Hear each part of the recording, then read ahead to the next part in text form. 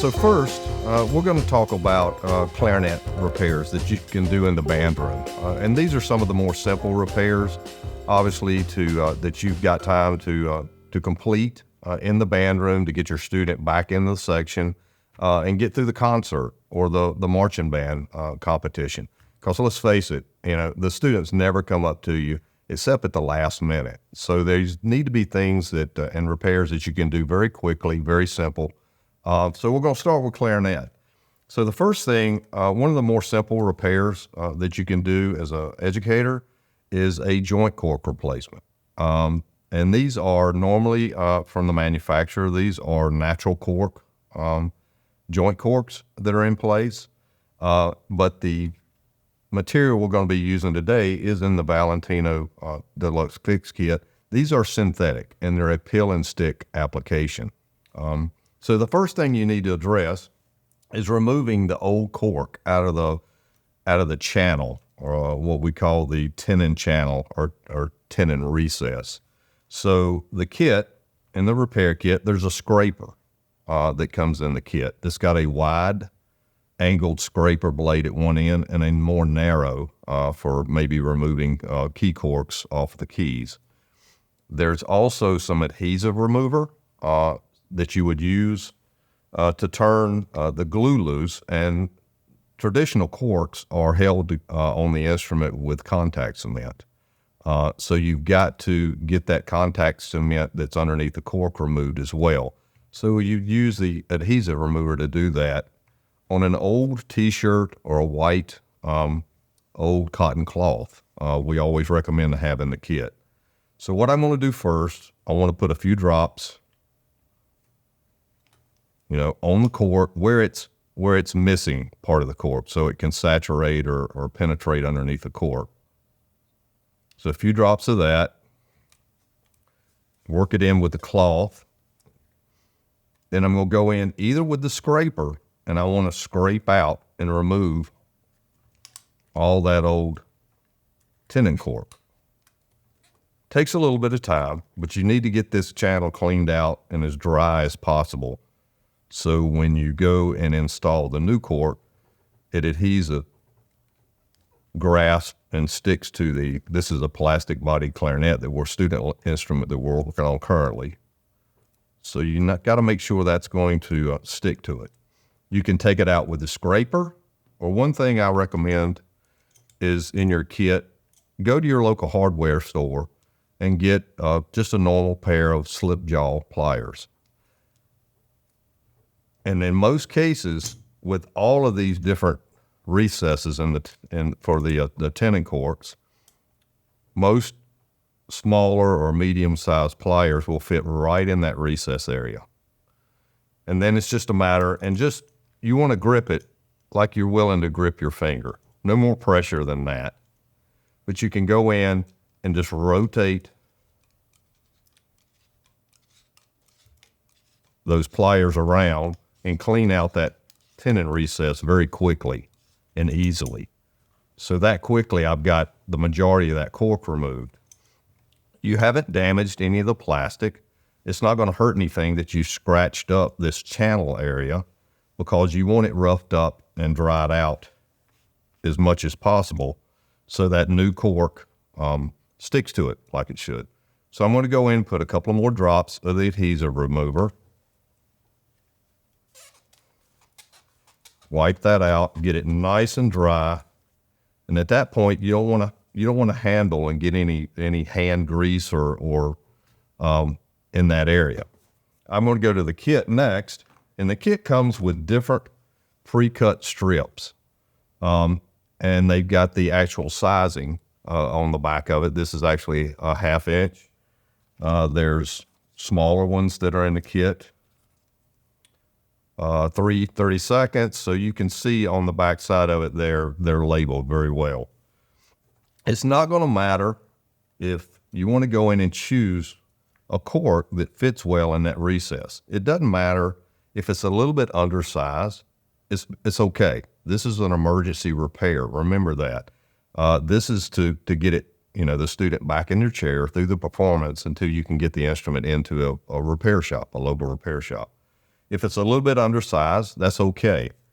If it's too big or too wide for the channel, which this one fits perfectly, if it is a little bit too large and you don't have a smaller piece to use, you can always go in. I recommend keeping a pair of just regular scissors in the kit. You can always go in and trim it down, trim this material down to whatever width you need if it's actually too large. But this one is perfect size for it. All you need to do is go in and peel the back, remove the backing from it. And this is a 3M glue, so it's very strong, holds very well, and you want to keep your fingers off of it. Go in and just put it into the channel. And it is synthetic, so it's got a little bit of stretch to it, unlike natural cork. Natural cork will break sometimes or crack if it's dried out, but this material is very flexible. So I'm just going to go in and rotate it and press it into the channel. Then when I get it back over to the other side where it meets the other end of the cork, you can either go in and do what is called a butt joint, to where you put both ends of it butted up against each other, or you can do an overlap joint. I'm going to do an overlap joint for this demonstration today. So all you're going to do now is just go ahead and overlap and press it into place. So you've got, then you can go in and just trim off the excess cork to make sure we don't have too much of an overlap on it. The kit comes with a razor knife, a retractable razor knife, and it's for safety purposes. In the band room setting, all of this tooling in the fixed kit has safety. Excuse me, has safety in mind as well. So you want a retractable knife. The air gun is not an open flame, so you don't have to worry about that in a band room setting. So you can use the razor knife. One thing I also recommend as well that you can add into the extra box in your kit are just a single-edged razor blade. Because sometimes the razor knife is a little bit hard to get in and get an exact cut where you need to make it. But I'm going to go in and trim off the biggest part of the cork. So now I've done that initial cut. Now I can go in and trim off, make another cut in an angle.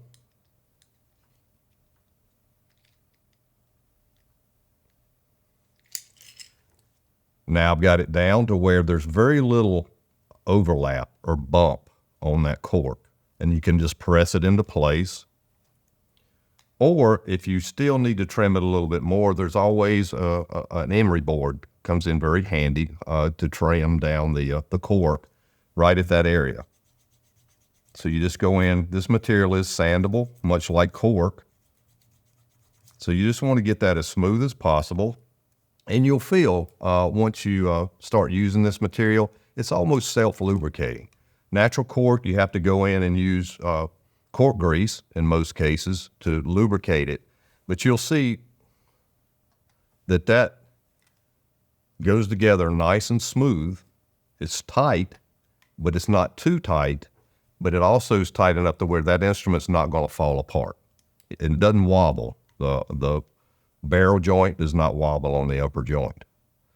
So this is that simply and that quickly, you've replaced a joint cork and got your student back in the section and playing their instrument. Or if you don't have this kit, and you just, you need something to hold the instrument together until you get through the performance or your student gets through the performance, we recommend plumber's tape that you can pick up at your local Lowe's, Home Depot in the plumbing section. It's just a Teflon tape. It's actually a nice width. So you would just go in. It's just a matter of putting it in that channel and wrapping it. Doesn't matter if you've got a little bit, hanging out. So you just want to wrap it, keep building it up until it's thick enough to where it's going to hold, in this case, the barrel onto the upper joint. It may take a little bit of time, but again, the end result is getting the instrument playing and back in the student's hand for the performance. Just snap it off. And if you've got it built up enough, that instrument's going to go together and stay together. If you don't have Teflon tape, the other thing you can use is dental floss and do the same application. This is waxed dental floss from your dentist or from, CVS. And it's just a matter of wrapping it and keep doing the same thing as far as building it up into that channel to get it large enough to where the instrument's going to stay together. Other things that you can address quickly in a band room or in an educator setting is replacing a pad on a clarinet. Most traditional pads on clarinets are a cardboard back with a woven felt and a membrane or a skin on it to make that pad seal up on the tone hole. The synthetic pads that come in the kit is a solid piece of material, foam, very dense, hard foam material. And you don't have to worry about the skin of this being broken or torn. The other good thing about the synthetic pads is they're not susceptible to weather changes or water. If your instrument, you get called out on the marching field and the rain starts. These pads hold up better in wet situations. But we're going to replace a pad to show you how simple you can do that as an educator.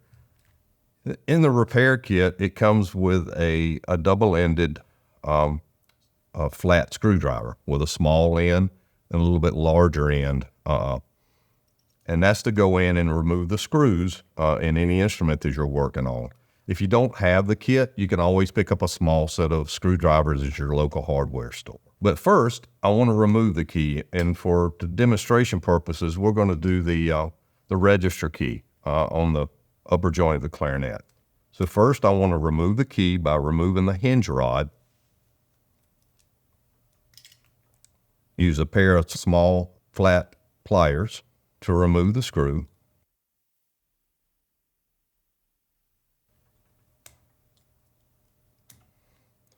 And what I recommend is putting that screw back into the instrument while you're addressing or replacing the pad so you don't have to worry about it getting lost.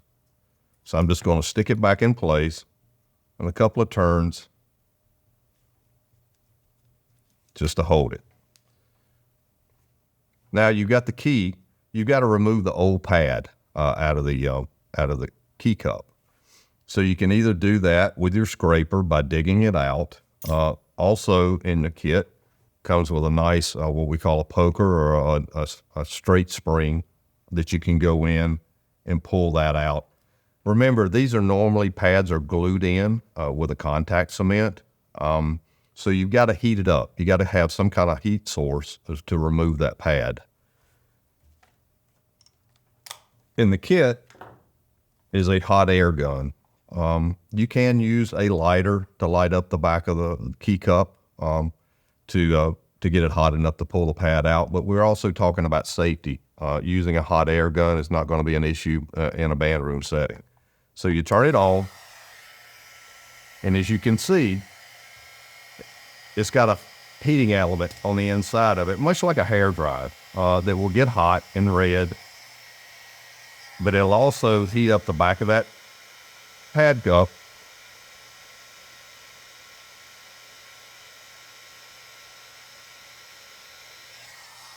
Then that will allow you to go in with your needle spring and pull that pad out. So once you've got that pad removed, you got your pad cup that you need to go in and make sure, get as much of that old glue out of it as you possibly can. You don't have to get every bit of it out because that's going to help you float that pad back into position when you put the synthetic pad into place. So what you can go do, what you'll need to do in the kit, there's different size pads in the kit, all different diameters.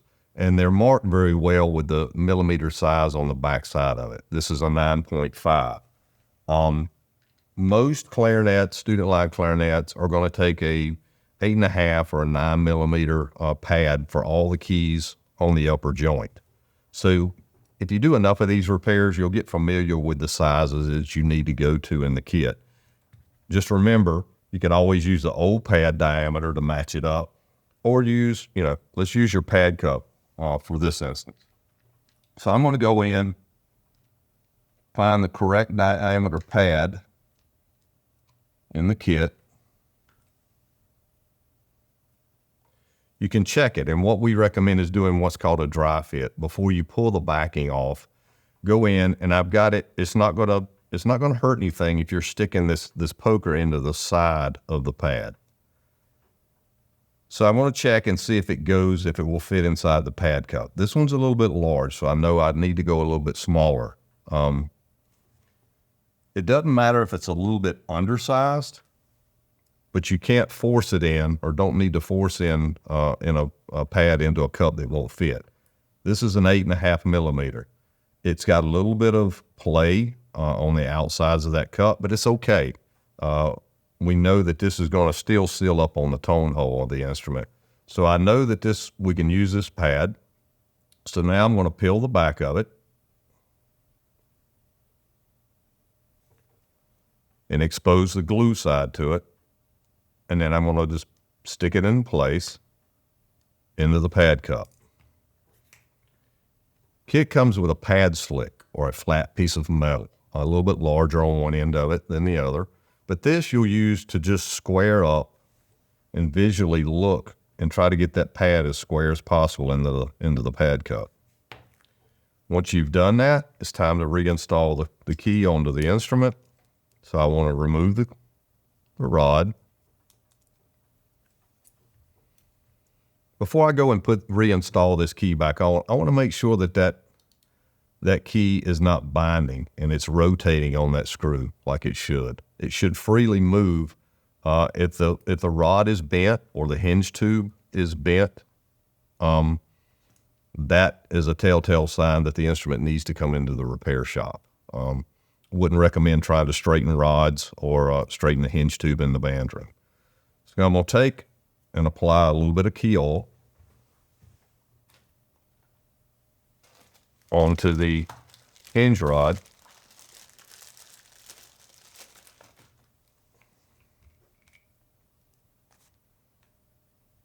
And then reinstall it.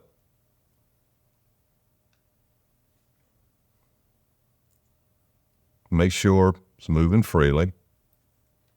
Then reinstall it back onto the instrument. This is called a flat spring. This is what keeps the key closed unless the player pushes on the key and operates it. I'll put the key back in place, reinstall the hinge screw. Make sure the key's opening and closing properly. And now I've got to go in and make sure that the pad is sealing all the way around on the pad cup. So I'm going to check it. I need to check it at 12 o'clock, 3 o'clock, 6 o'clock, and 9 o'clock. And the way I'm going to do that is I'm going to use this feeler gauge. And this is just a plastic handle with a piece of Mylar paper on the end of it that comes in the kit. And it's just a small strip of it. So what I'm going to do, you're going to check for resistance. So I'm going to slide this in at 12 o'clock and make sure that there's resistance at 12 o'clock by pulling. Okay. 3 o'clock, got resistance. 6 o'clock and 9 o'clock. If one side of this you didn't feel resistance, or the Mylar just pulled out very easily, you need to go in and make sure to adjust this pad. And the way you would do that, you could heat up the back of the key cup a little bit to help float the pad into place. Just remember, you're talking about a plastic-bodied instrument, so you don't want to use direct heat onto the plastic body that possibly could cause damage there.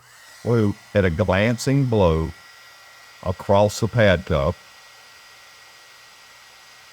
I just want to heat it up just a minute, just to get that pad to move. So I'm going to use my pad slick, and I'm going to go in and level that back up. Go in and check again with my feeler gauge. Make sure I've got resistance at all 4 positions, and I do. So at that point, I know that it's sealing up all the way around. All I'm going to do at that point is go in with the cloth and rub the back of it to cause a seat ring onto the pad surface itself. At that point, you can go in and play the instrument yourself, or have the student play the instrument to make sure that, you know, the key is sealing up. You can also do a suction test on the upper joint to see if you're getting suction on the upper joint as well.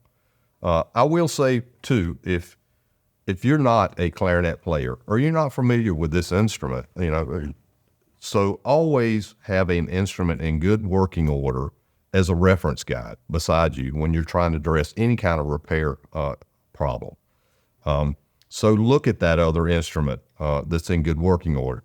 Let's make sure that all the keys are straight and everything's in the position it should be. So you're not held accountable for not knowing everything about every instrument that you're teaching.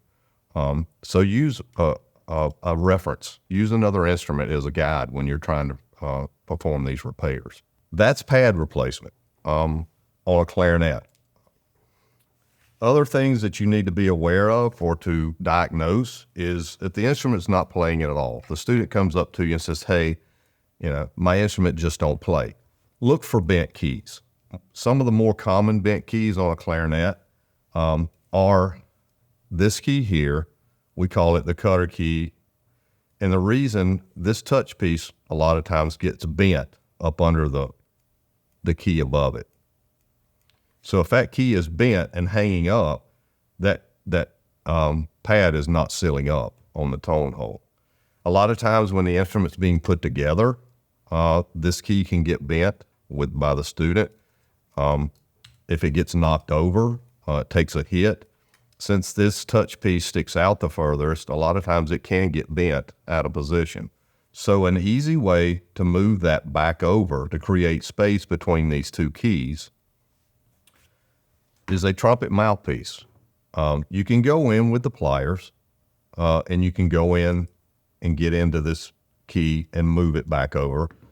But a very easy way to do it, to get enough leverage to move it easily and quickly and not worry about bending that key or breaking it, is a trumpet mouthpiece slips very easily over the touch piece. So now I've got enough leverage to where I can just bring that key back over, back into the correct position. I've created space, and now this pad is now sealing up on the tone hole. That's one of the more common bent keys on clarinet. Another bent key that you run into are levers on the lower joint. A lot of times this is due to the student grabbing the instrument by the keys when they're putting it together. Same goes if they're grabbing it down here on the combination with the B and the B flat. Got to be careful with that. I always recommend that the student, when they're putting the instrument together, put the bell on first of the instrument. Then now, when they're putting the lower joint and the upper joint together, they can hold on to the bell section. They're not doing any damage or possible damage to the keys on the lower joint. And then it's just a matter of rotating the two pieces together. Also, bent keys or levers are these keys that we're talking about here. So if they're bent, and these are bent up against each other, they're rubbing, obviously. So you're not going to be able to play over the break or play these notes that these levers facilitate. So you can go back in with a pair of pliers and move that touch piece just over so these keys are working independently. So that's the more common bent key issues. Also, I will say the bridge key, a lot of times because the student is not holding this key down before they rotate the lower ring key into place.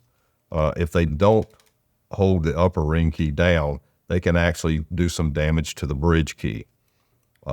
So if this happens, you're going to have to go in and readjust and make sure that the 1 and 1 B flat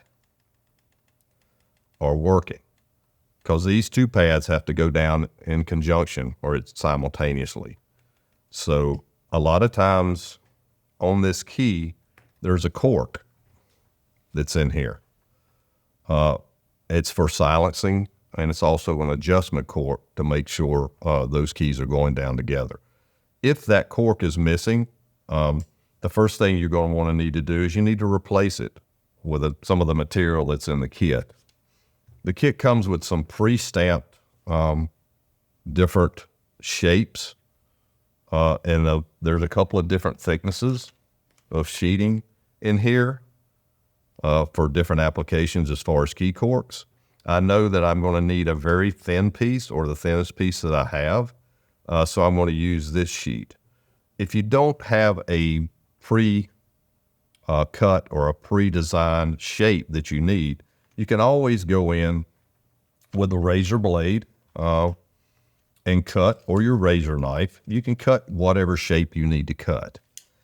So I need something that's going to fit on that upper bridge key. So I'm just going to go in and cut a small piece. Pull it out. Use your needle spring. Peel the back of it. And all I'm going to do is slide it into place on that bridge key. And then take my pliers or my pad slick and press it into place on that key. Now I can go in, put the instrument back together, and now I need to check with that material in place. Now I need to make sure these two keys are going down simultaneously. So I'm going to go back and use my feeler gauge, and I want to check for resistance on the upper one and then on the lower one. I get no resistance on that lower ring key, so I know I've got to get this pad moving simultaneously with the upper pad. So I've got to make that adjustment back here. You can go in, you can either shave down the cork that you've put into place with a razor blade instead of bending. I want to go in and shave that material down.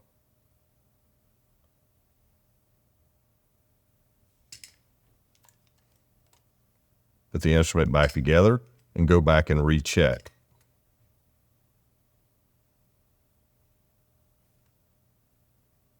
Still heavy resistance on the upper, no resistance on the lower. So I want to go in, now that I've got the material as thin as I possibly can make it, I can go in and manipulate by just slightly bending down on the lower ring key or up on the bridge key.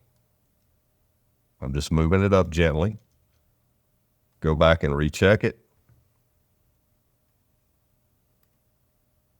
Now I got resistance on the upper. I got resistance on the lower. You can hand it back to the student, have them play the note or play it yourself. But that's replacing a key cork. And there's key corks all up and down the instrument.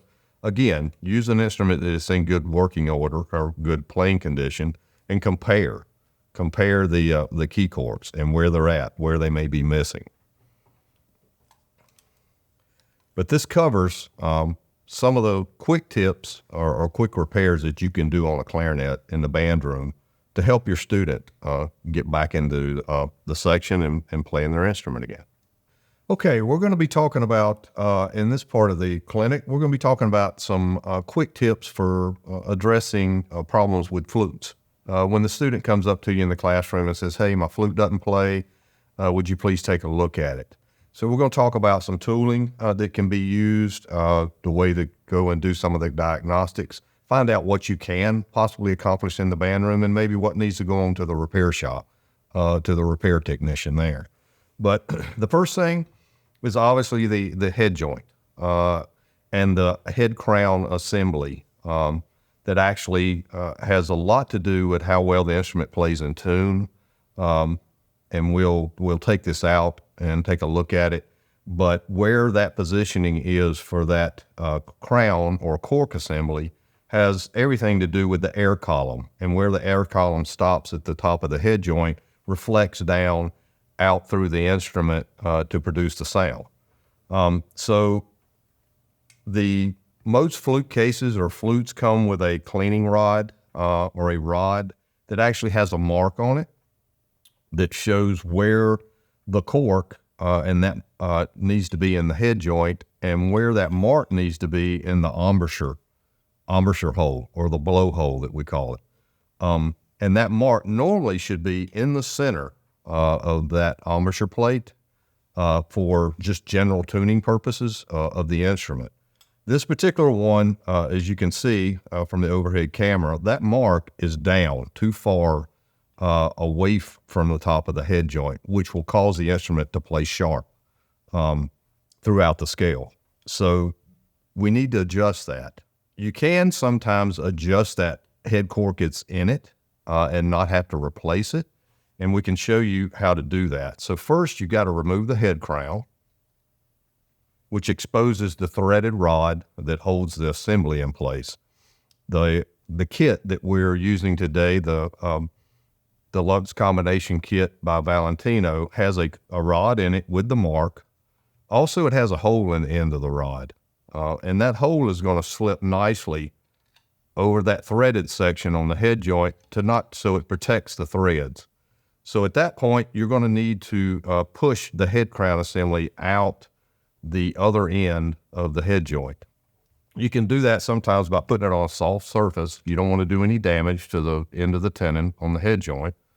So you'll put it on a soft surface, and you can just push it out of the instrument. Sometimes you may need to go with this is a nylon hammer that comes with the kit. Just a few light taps to help loosen that cork assembly up, and it comes out the other end. Once you get the assembly out, you've got different parts, which is called the back plate, the cork, and the stop screw plate. That plate can be adjusted. As you can see, it has a nut like piece on the end of it to where you can go in with a pair of pliers, and you've got to expand this. The cork has gotten contracted or shrunk to where it is slid further down into the head joint. So we're going to go in, and you can turn this, which in turn is going to expand the cork, make it larger to where it fits more securely in place, and the head joint does not leak. So I've turned it. You drop it into place. You'll see, the cork comes out through the blowhole where you can see it. Then you're going to use your rod and push that back into place to where that line is right in the middle of the embouchure hole. As long as that's nice and tight in there, and you can check it by doing a suction test, nice and tight, sealed up, then you just have to reinstall the crown assembly by screwing it down, and it should just lock into place. If that cork does not expand or swell back up enough to where it fits securely into the head joint, what you'll have to do is do a replacement at that point. So again, we'll take the head crown off, push out the old assembly. Then we've got to take this plate off. We'll unscrew it. Sometimes the plate is actually glued to the top of the cork. It's also glued at the back plate. So you may have to go in with a razor blade. A straight edge razor blade works nicely, and go in and just cut that plate loose with any cutting off the glue that may be holding it into place. You want to do it on the back bearing plate as well.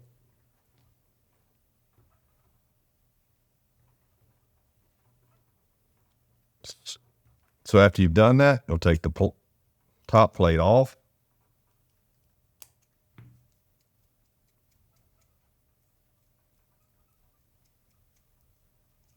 I will say sometimes you can put this in boiling water, in a cup of water, put it in a boiling pot of water, and it will cause that cork to swell back up to where you might can temporarily get the cork to fit, at least to get through the performance. But if you are having to replace it, you're going to go in, you can use your pliers to squeeze down on the cork and then break it loose.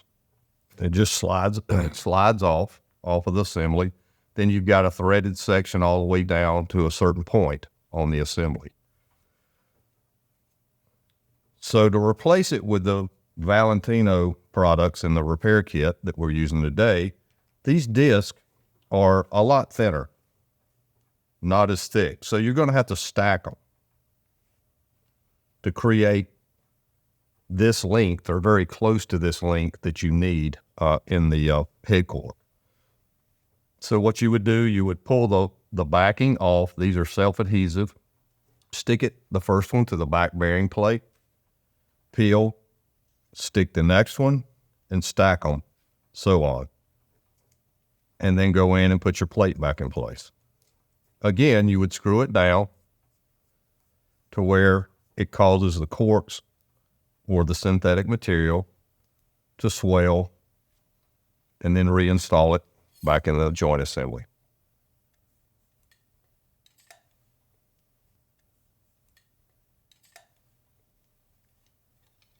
Pushing it into place where the mark is in the center, reinstall the crown.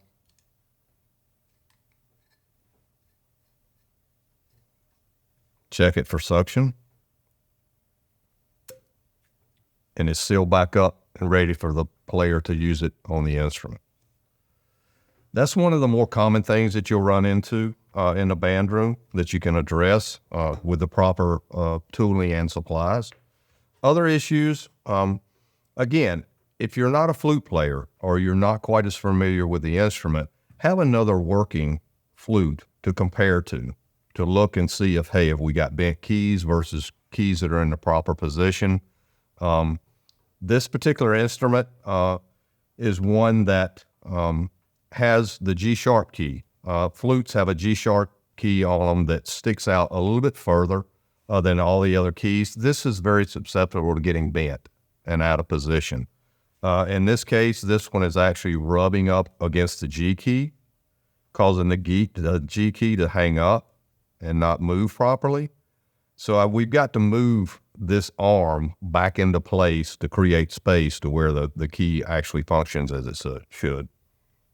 So I'm going to use my pair of smooth jaw pliers and go, I don't want to grab it out here close to where, you possibly could snap the key. So you want to grasp it back towards the hinge tube. And the hinge tube is this section where the arm meets the tube that holds the key on the instrument. So you want to grab it toward the back and just move that key, slightly bending that key or repositioning the key back to where it needs to be, centered between the G key. So now the G key's working properly, G-sharp key's working properly, and this instrument should play. That's one of the more common bent keys that you're going to find quickly and be able to address on the flute. Other things that you'll run into, student brings you the flute and says the head joint's very hard to get into the body section of the instrument. It won't go together easily. A lot of times it's just a matter of a buildup or some type of dirt or debris over time that's collected on the head joint itself. An easy way to address that and take care of it is take a little bit of valve oil and a cloth, put a few drops on the head joint, insert it into the instrument. This is called the tenon box, head joint tenon box, and work that instrument together. And what you'll find when you pull it out, take an old t-shirt, old cotton t-shirt, you'll find that you'll get a black residue that comes off of that head joint, and it's cleaning. That valve oil works as a cleaning agent to clean that head joint tenon back down. Go in and clean your box, the tenon box back out. Again, you see the dirt and debris that comes out onto the cloth. A lot of times it's as simple as that, just a good cleaning, and that instrument works. It should fit snugly together. It shouldn't be so loose that it's losing air and it's compromising the playing of the instrument. But you can do this a lot of times, and it'll clean it up to where the instrument goes together properly. Same works for the foot joint tenon and the foot joint tenon receiver that's on the body section. If it's too tight, do the exact same process. A couple of drops. Work that together. Then go in and just clean out that tenon box. Again, you see what's coming out. Clean off the body tenon and reinstall the foot joint, and it goes into place. If this tenon is too loose, okay, a lot of times what is causing that is the student's taking that instrument apart off and on, day in and day out. If they're not taking that instrument apart straight out, if they're rounding it off or pulling it at an angle, it will round this tenon down on the body section, and you will see that the foot joint is loose and wobbling back and forth. Sometimes you may find it on the 50-yard line at a football game because it's fallen off during a performance. There's nothing really that can be recommended to address that in the field or in the band room. That needs to come into your local repair shop for a professional to take a look at it. And we can go in and re-swedge and refit these tenons to fit properly. You should never have to be using something like a cork grease or any kind of lubricant to get that instrument together on a normal basis. This is what we call a dry fit. A flute should go together without any kind of a lubrication on the foot joint or on the head joint receiver. So that would need to go into the shop for a professional to take a look at it. Same goes for the head joint. If the head joint is just absolutely too tight to where it won't go in at all, address it and look at it. You can do some diagnostic. If you see that this head joint is out of round or there's dents in it, needs to go into the repair shop. Don't try to address that in the band room. But if that instrument's fitting properly together, you should have a very well functioning flute. The other things that you can address in a band room if a student comes up to you are springs. If the student's saying the instrument's not playing at all, start at the top of the instrument and work your way down as far as looking at and diagnosing. Look and make sure. Some of the first things that will happen when a student is wiping the instrument down with their cleaning cloth at the end of the band room session or after practicing, a lot of times when they're cleaning the instrument off, cleaning the keys with a polishing cloth, they can hit the springs. There are springs that operate these keys. This one here is off of the cradle on the trill key. So that trill key is just hanging open.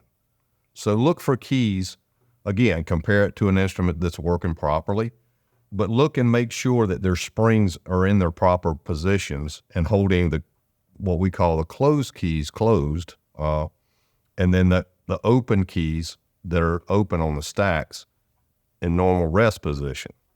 So do some diagnostic there. If that spring is off and it's just off of the cradle, the spring's there, but it's not broken. You can go in with some people can use, you can find a crochet needle if you don't have a repair kit handy to work with. This particular kit comes with a spring tool that has a small end for getting into piccolos or the smaller instruments and a larger end for doing saxophone and flute work. But the way to reposition the spring onto its cradle is just take and push and get that spring. It's got a notch in it. I don't know if you can see it, but there's a notch there that spring sits in. Once it's put back into proper place, the instrument should play just fine. If that spring is weak, the spring's on the cradle and in its position, but it's so weak that it's not, in this particular case, it's not wanting to hold that trill key closed, and it's weak or blowing open when the student's playing it. If the spring is there, you can retension the spring material itself. And you can do that by taking your spring hook and sliding up and down the length of the spring. It will retemper the metal. And you can see by pushing down on it, you'll feel the resistance. So you can go in and just put it back into place at that point, and the key should be functioning properly. That's some of the issues that you'll run into on a regular basis that you can diagnose and address in the band room with the proper tooling. One of the other things, if you do have the kit, or repair kit with pads in it, this particular flute, we're going to replace a single pad on the flute to show you how simple and how quick it can be done. Understand that the C key and the 2 trill keys, these pads are held in with either a self-adhesive back pad or contact cement. Some type of glue is holding those 3 pads into place. The other pads on a flute are held into place with a washer and a screw.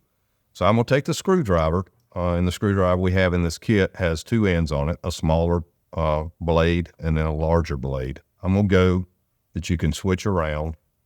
And I'm going to go in, I'm going to remove the thumb key by backing out. This is called a hinge rod that holds that key on.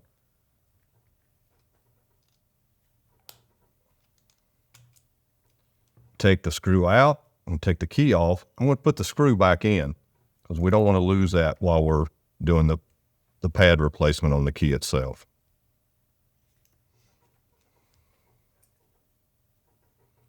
So what you've got once you flip the key over, you've got a screw and a washer that hold this pad into place. It's not glued into the pad cup. So I'm going to remove the screw and the washer, set it over to the side, and then you should be able to just lift that pad out of the pad cup. You'll see once you expose the bottom of the cup, there are washers, there are paper washers in here. And that's what dictates the height and the way the pad sits in the pad cup on a flute. Unlike a clarinet pad or a saxophone pad, or the trill pad and the C key pad on the flute that are glued in. These are actually washers that are put into place to help level and put the pad into position onto the tone hole so it seals up. With the Valentino kit, you've got synthetic pads, all different sizes for different instruments and different size flutes, but you'll see it's just a synthetic material, unlike a traditional pad, which is a cardboard back with a woven felt center and a membrane or a skin stretched over it. This is all a solid material. It's very good for doing emergency repair, very unsusceptible to climate change or water damage. So I'm going to go to the kit and find the proper diameter pad to match up to the pad that I took out. All of these pads in the kit, they are numbered with the millimeter size on the backing of it. This is a 17 millimeter. I know I need to go a little bit smaller.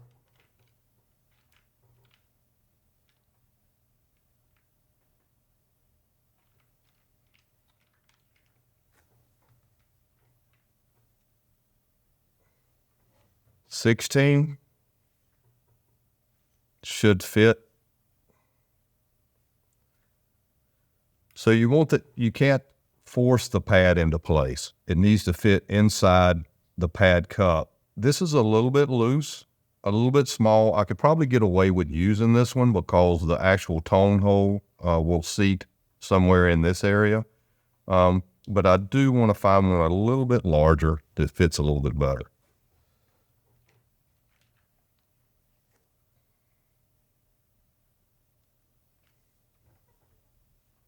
So now I've went with a 16.5. Fits perfectly into place. This is a pad flick that you would use to just make sure that that pad's seated all the way down into the pad cup. Level it up as best you can before reinstalling the washer and the screw.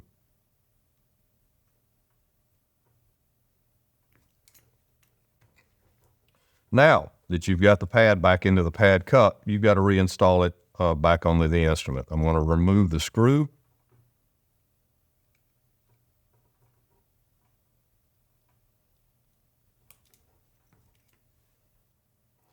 I want to make sure that that key is moving freely on that rod. If that rod's bent or the hinge tube's bent, that does need to go into the shop for a technician to address and fit those back together properly.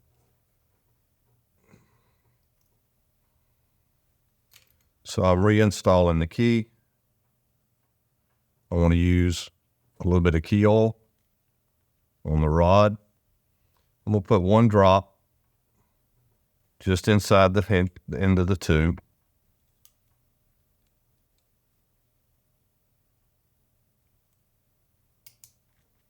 And then screw the screw back down.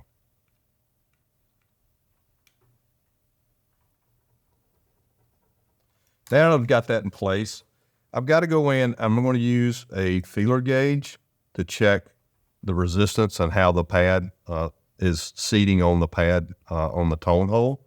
But at the same time, if you have a repair kit or have this particular repair kit we're using today, this is a leak light, flexible leak light. This goes inside the bore of the instrument and gives you light that you can use to see if the cup and the pad are sealing up on the tone hole properly. If it's hitting on one side or the other or front to back, you've got to go in and level that key up onto the tone hole. The way you would do that using the light and the pad slick that comes in a kit, I see just by looking that this pad is hitting on the back side. It's hitting back here and not hitting out on the front side of the key. So what I'm going to do, I'm going to insert the pad slick between the pad cup and the tone hole in the area that's hitting first. And with light pressure, using my thumb, I'm gently going to push down on that key on the front side. I'm going to look at it again, check it with my light. Also, I'm going to use the feeler gauge. I'm going to check and make sure I've got resistance. This is just a plastic handle or stick with a mylar piece of material is the feeler gauge. And all I'm doing is I'm checking to make sure that there's resistance all the way around on this pad, 12 o'clock, 3 o'clock, 6 o'clock, and 9 o'clock. So I'm checking it. I've got resistance here at the top, at the bottom, and at 9 o'clock.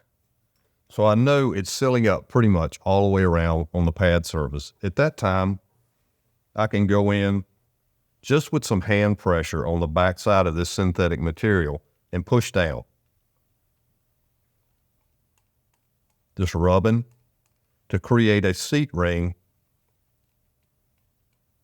into that surface of the pad, being the synthetic material.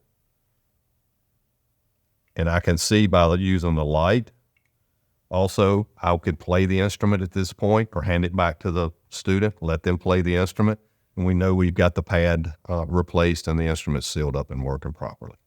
So this covers pretty much everything that you can do quickly and with the correct tooling and supplies to get the instrument back in the student's hand and playing in the section. Hey, we're going to talk about, in this section, we're going to talk about some saxophone repairs that can be done quickly in the band room with the proper tooling and supplies. First, one of the things that comes up more times than often is obviously a neck cork that's become damaged or loose or torn. The neck, obviously, on most manufacturers and most saxophones is actual natural cork that is glued on to the neck section, either by contact cement or shellac. So this one, is obviously messed up and needs to be replaced. So the first thing we always like to do, or I like to do, is I want to protect this lacquered section of the neck. Okay, I don't want to do any damage by scratching or messing up someone's saxophone cosmetically. So a little bit of painter's tape or electrical tape works very well to create a barrier on the back side of the neck cork material. So all I'm doing is wrapping, all the way around. So I've got something as a barrier. Also, I will use that when I go to install the cork as my starting point and a guide when I'm wrapping the cork. So I've got this area protected. Now I've got to get all this old cork and material off of the neck itself. The repair kit that we're using today comes with a scraper, and it actually has a wider blade at one end and a smaller, more narrow at the other. But I'm just going to go in and I'm going to scrape the remainder of this old cork material off of the neck. We want to get that, as free and clean as possible from all the cork material. So I can either do that with a scraper. If you don't have this, one thing that is readily available at your local hardware store is a pair of slip jaw, just regular slip jaw pliers. Obviously, you don't want to clamp down on the neck to where you damage the material or the brass. So you just want to grab it as you're going around it, no harder than you would be willing to squeeze your finger with it.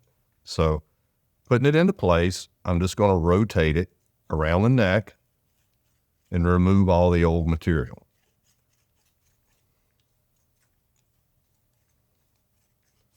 Don't worry about, scratching up. You're not worried about scratching the brass or the metal underneath where the cork is going to go. So you can go in, you want to get all that material off of there and get it as clean as possible. So again, you can either do it with the pliers,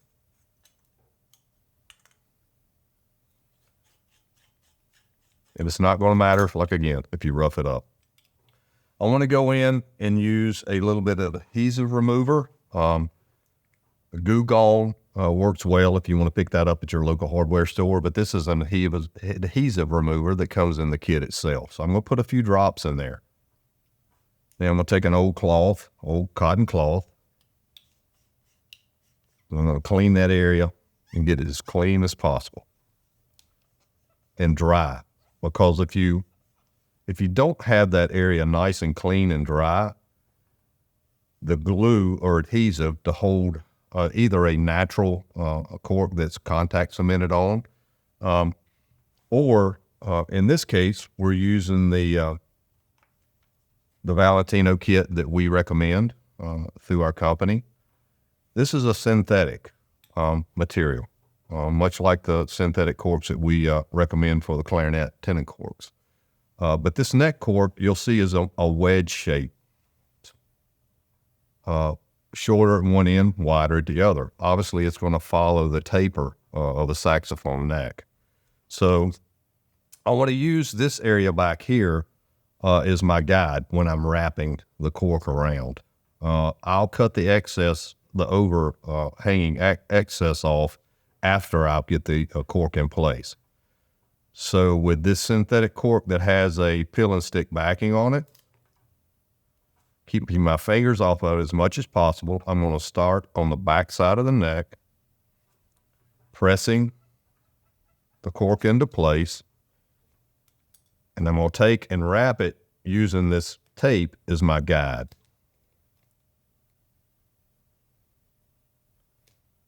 Just pulling, wrapping, pressing. And I want to meet, once it gets to the other end where it meets the beginning of the cork, I can either go in either with my razor knife or a straight edge razor blade. In this case, I'm going to use the straight edge. I can go in and cut this piece to where it does a butt joint when they meet each other and they butt end to end.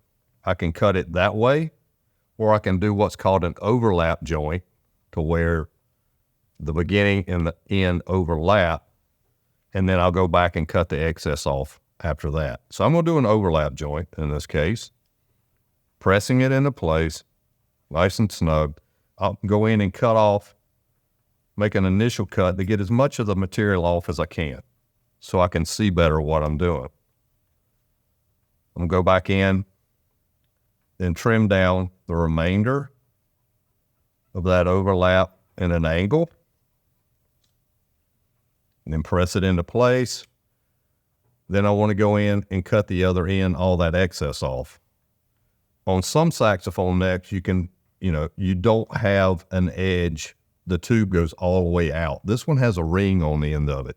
So I need to be aware when I'm cutting around it, I've got to get it back past that ring on the neck itself.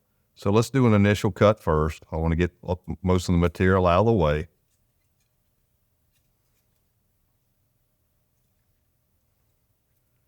Now I can go in, going around the neck, close to the ring. Remember, this doesn't have to be perfect. It's an actual, it's an emergency repair. And we're just trying to get the instrument back into the student's hand to get through the performance or through the class. So I'm going to peel off that excess, take and clean it up at the end as much as possible. Then you can go back and continue to shave to try to get this bump that's on that neck. You want to get that as flush as possible. You can either cut it off, or you can go in with an emery board and file that excess off. This material, this synthetic material, is sandable, much like cork.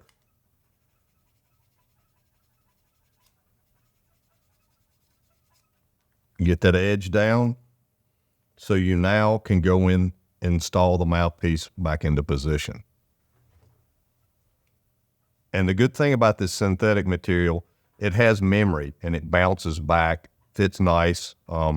You would want to use cork grease on it so that the mouthpiece goes on smoothly. Then you would just go in after you're finished, peel the tape off the neck, and you've not damaged any of the lacquer.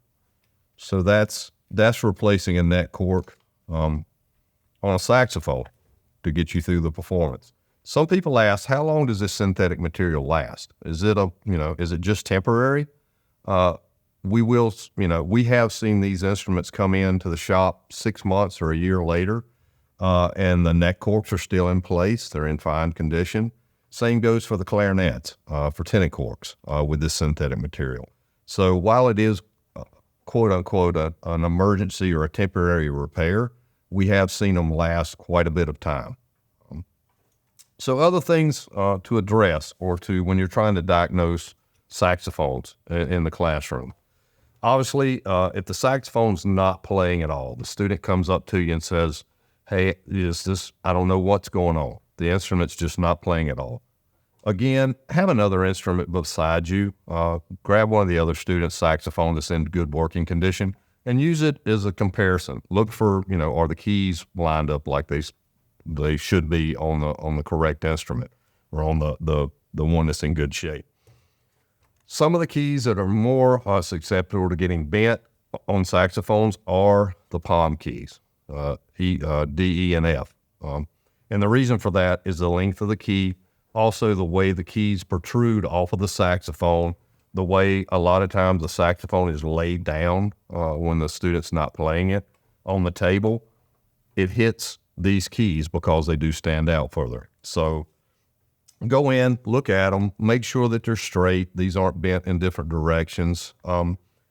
Utilize a link light if you have a leak light already, or if you don't have a leak light, but you do have, let's say you got this repair kit that we use, this is a flexible leak light.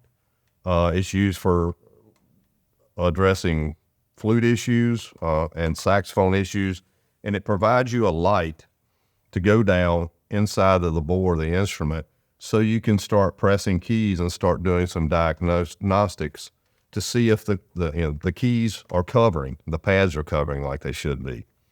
And I'm looking at this saxophone, and I obviously see that this key is bent over to one side, and it's not covering the tone hole like it should be, so that's going to keep the whole instrument from playing properly.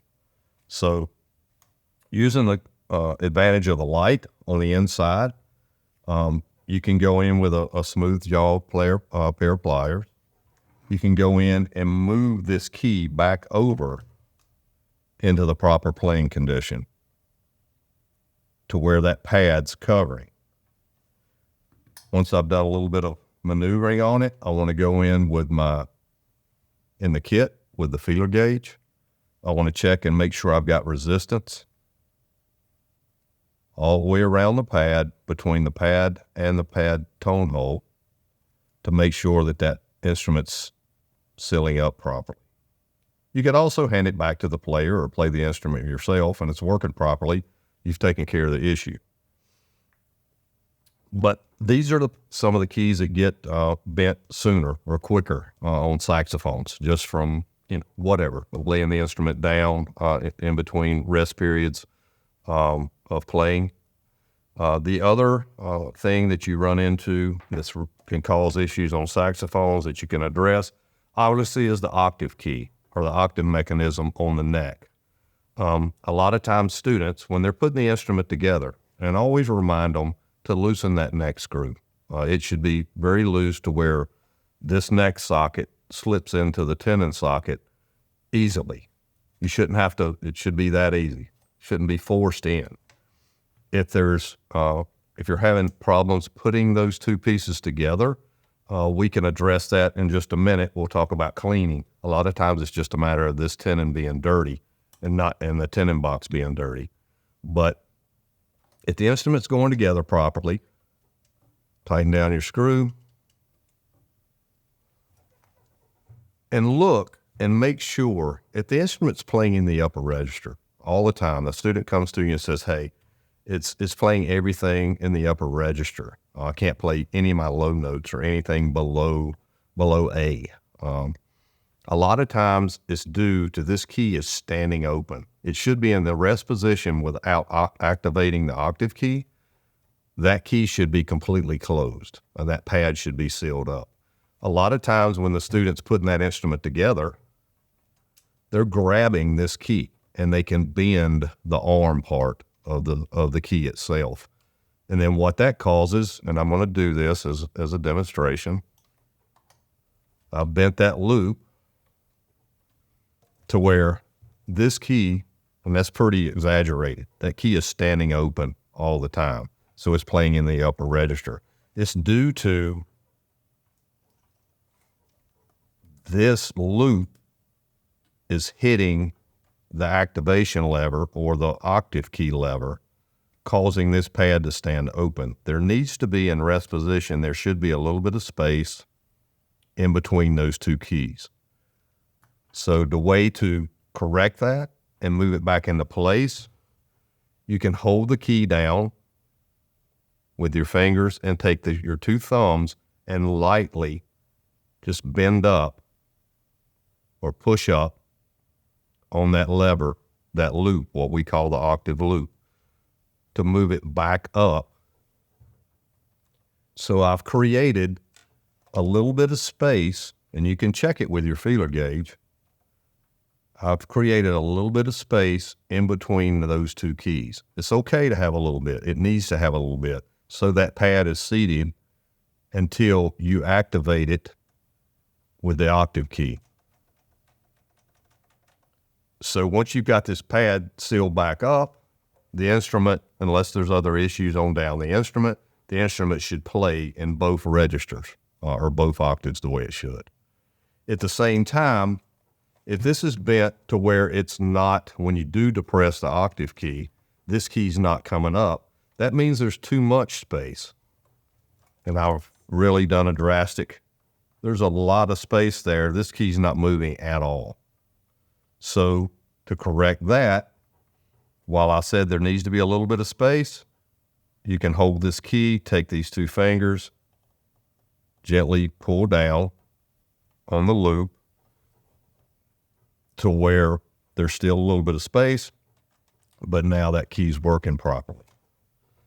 These octave keys work, there's two, one on the neck and a body octave over here on the side, that when you go from A to G on the scale, the A, this octave key is open, you drop to G, this closes, and the body octave opens.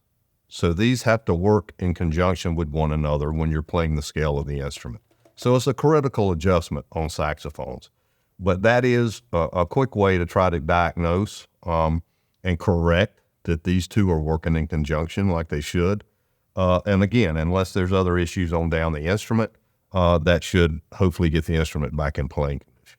Other issues that you can address fairly quickly on saxophones, obviously the guard bumpers that may fall out of the guards, and the next thing you know, you have almost a percussion instrument instead of a saxophone. The repair kit comes with these pill and stick bumpers that you can go in, use the poker that comes with the kit, stick in the side, peel the back side of it. There are different lengths and different diameters in this kit of all of these type bumper corks. Just go in, you're just trying to get that key silenced and get it to stop in the proper position when you're playing that note. I'm just going to peel and stick the back. I'm going to slide it in between the key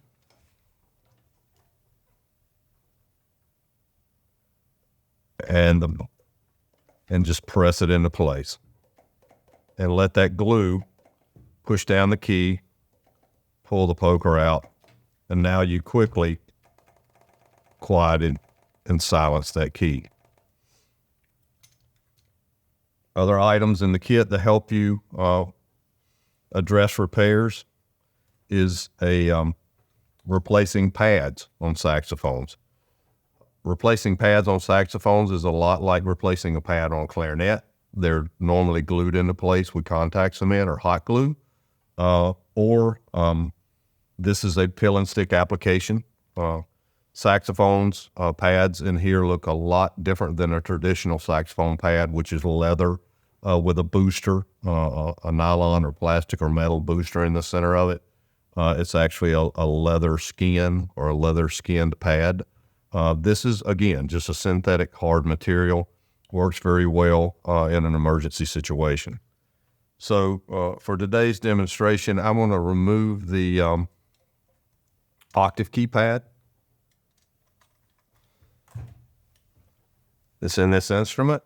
I'm going to use this, again, this is glued into place with hot melt. So I'm going to use the heat gun or the air gun in the kit. You can use an emergency situation. I don't ever recommend it to have an open flame in a band room. You could use a lighter if need be. This is a lot safer and a lot less issue if you run it through. Heat gun has a heating element in the center of it that will get, you can see it's getting red. It's like a hair dryer, a mini hair dryer. So I'm going to use it at an angle to remove the pad. Takes just a few minutes to get that hot glue melted. Go in with my poker and pull that pad out. May take a little more heat.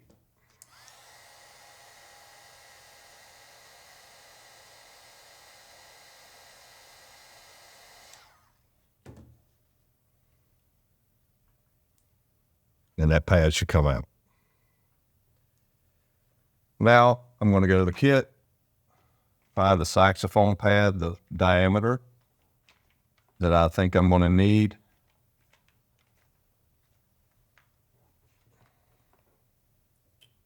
What I want to do is, again, it's synthetic material. It's not going to hurt to use your poker on the side of it.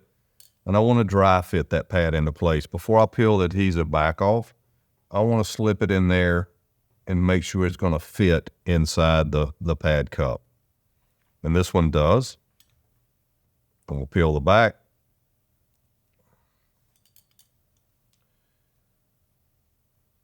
Drop it into place. Then I'm going to use a pad slick. Again, that comes in the kit that we're utilizing today. It's just a flat piece of metal with a larger end and a smaller end. I'm going to use that to go in and level up that pad on the tone hole as much as I can. You want it as squared up in that pad cup as you can get it.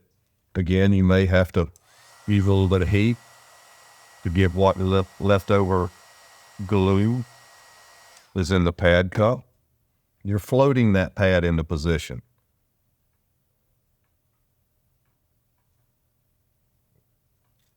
So now that I've got it where I think I need it, as far as positioning, I'm going to go in and check it with the feeler gauge. And make sure I got resistance without pushing the key down to start with. And I do. Then go in while the back of the key is still a little bit warm. Take your cloth and rub it and seat the pad. Saxophone neck, you can look at it and you will see, a ring or impression all the way around if the pad's sealing up. You can go in, do a suction test, or you can just simply put it back on the instrument and play the instrument to make sure it works. The last thing that we'll show you on saxophones is if you have key guard screws that are missing, that are loose, where a key guard's actually, flopping around on an instrument. Different manufacturers have different thread pitches, and not all key guard screws, fit different brands.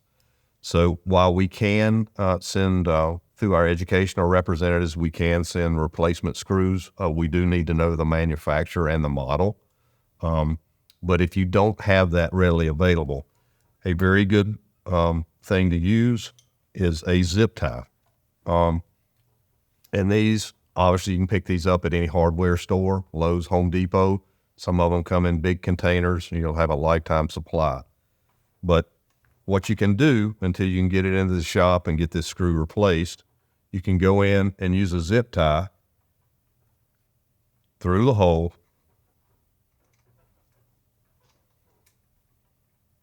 loop it around, take your pliers, pull it down nice and snug. Again, you're just using this as a temporary solution until you can either get it into the repair shop. You can take your razor blade, cut that off so it's not sticking out, causing any problems. But it's holding that guard into place until you can get it into the repair shop. If your student saxophone is not going together well, the neck just doesn't want to fit into the neck socket of the instrument. First and foremost, make sure the wing nut or the wing screw is loose when the student's trying to put the instrument together. It should go in together that freely. But if it doesn't, first look at, a lot of times it's just a matter of some grime or buildup, or obviously instruments have saliva going through them. Once it dries out, it can cause a chalky residue. A quick way to try to clean that off, you can use a little bit of valve oil. Actually, trumpet brass instrument valve oil works as a good cleaning agent. So you put a few drops on the neck socket itself, then insert the neck into the socket and work it, back and forth. And once you pull it out, use an old cotton cloth, a t-shirt, wipe all that old tenon off, and you'll see the debris that's collected. Clean out the socket, the neck socket itself. Again, that dearth is sometimes what is exactly causing the instrument not to go together properly. If you inspect it and you see that there's damage done to the tenon itself, don't try to do anything. There's really not much in a band room that can be done to round that back out. It needs to come into the repair shop, and one of our technicians can straighten that out and re-round it to where it fits properly into the saxophone. The opposite effect of if this neck is so loose that even after you tighten down or think you've tightened down the wing screw in the instrument, the neck still rotates freely, two things are happening. You're losing air, the instrument won't play properly, and the student may be chasing their neck around while they're trying to play the saxophone. Sometimes it's as simple as putting a little bit of lubrication in between the neck socket and the screw itself. A little bit of cork grease on a spring or on the end of a screwdriver placed on the shoulder of that wing screw helps lubricate to where the wing screw functions and wedges the two pieces together on the socket. So it's a matter of just lubricating that screw so it actually clamps the neck down the way it should.